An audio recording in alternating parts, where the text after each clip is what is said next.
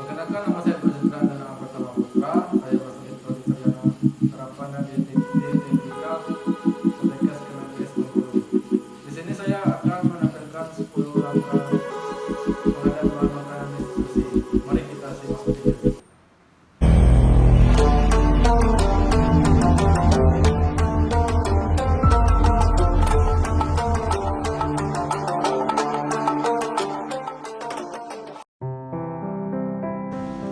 Yang pertama adalah perencanaan biaya.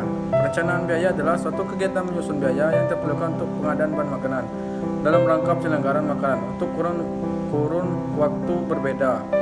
Adapun langkah perencanaan biaya adalah: satu, kumpulkan data tentang macam dan jumlah konsumen. Yang kedua, harga bahan makanan dari beberapa pasar dengan melakukan survei pasar.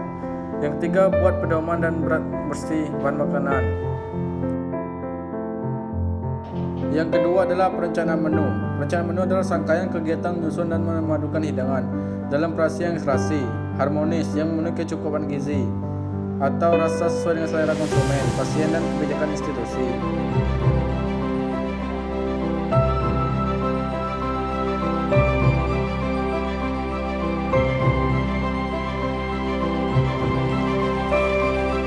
Selanjutnya, yang ketiga adalah perencanaan kebutuhan. Suatu rangkaian kegiatan untuk menetapkan macam dan jumlah bahan makanan dengan kualitas yang ditetapkan dalam kurun waktu tertentu.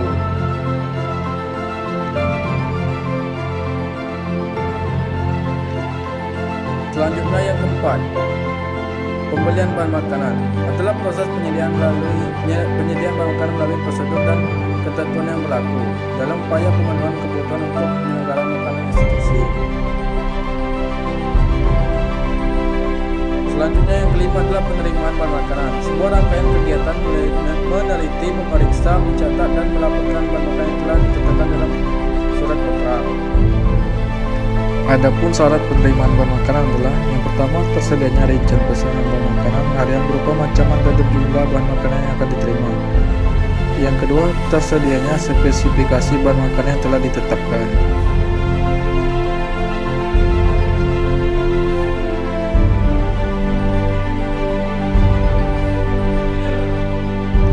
Selanjutnya, yang keenam adalah penyimpanan bahan makanan. Adalah suatu cara menata, menyimpan, memelihara bahan makanan kering dan basah, serta mencatat serta pelaporannya. Syarat penyimpanan bahan makanan adalah: yang pertama, adanya sistem penyimpanan barang.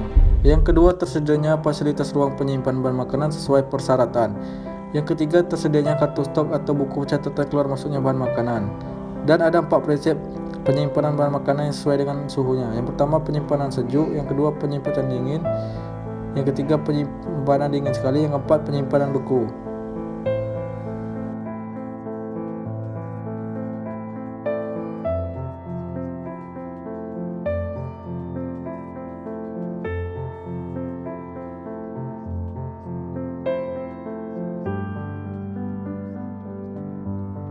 Selanjutnya, yang ketujuh adalah persiapan bahan makanan. Serangkaian kegiatan penanganan bahan makanan yaitu proses membersihkan, memotong, mengunyah, mengocok, merendam, dan sebagainya. Persiapan yang sempurna terhadap bahan makanan sangat penting dan tidak hanya ditinjau dari segi gizi, tetapi juga segi biaya operasionalnya.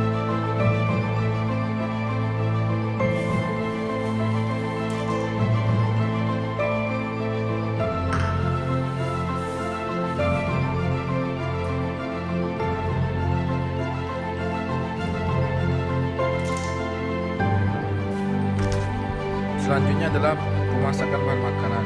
Pemasakan bahan makanan adalah pengolahan makanan dari bahan makanan mentah ke makanan siap saji untuk konsumen. Tujuan dari pengolahan bahan makanan antara lain: yang pertama, mengurangi risiko kehilangan zat gizi pada bahan makanan. Yang kedua, meningkatkan nilai cerna. Yang ketiga, meningkatkan dan mempertahankan warna, rasa, keempukan, dan penampilan bahan makanan.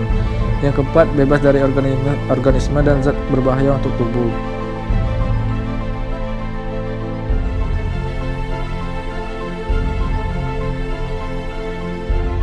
Selanjutnya, yang ke-9 yaitu distribusi makanan. Distribusi makanan adalah serangkaian proses kegiatan penyampaian makanan sesuai dengan jenis makanan dan jumlah porsi pasien yang dilayani. Distribusi makanan terdapat 3 cara yang dapat digunakan. Yang pertama, cara sentralisasi. Yang kedua, cara desentralisasi. Yang ketiga, distribusi makanan kombinasi. Adapun cara penyajian makanan adalah sebagai berikut. Yang pertama, penyajian makanan di atas meja makan. Yang kedua, penyajian makanan dengan cara prasmanan. Yang ketiga, penyajian makanan dengan cara kafetaria. Yang keempat adalah penyajian makanan melalui kemasan.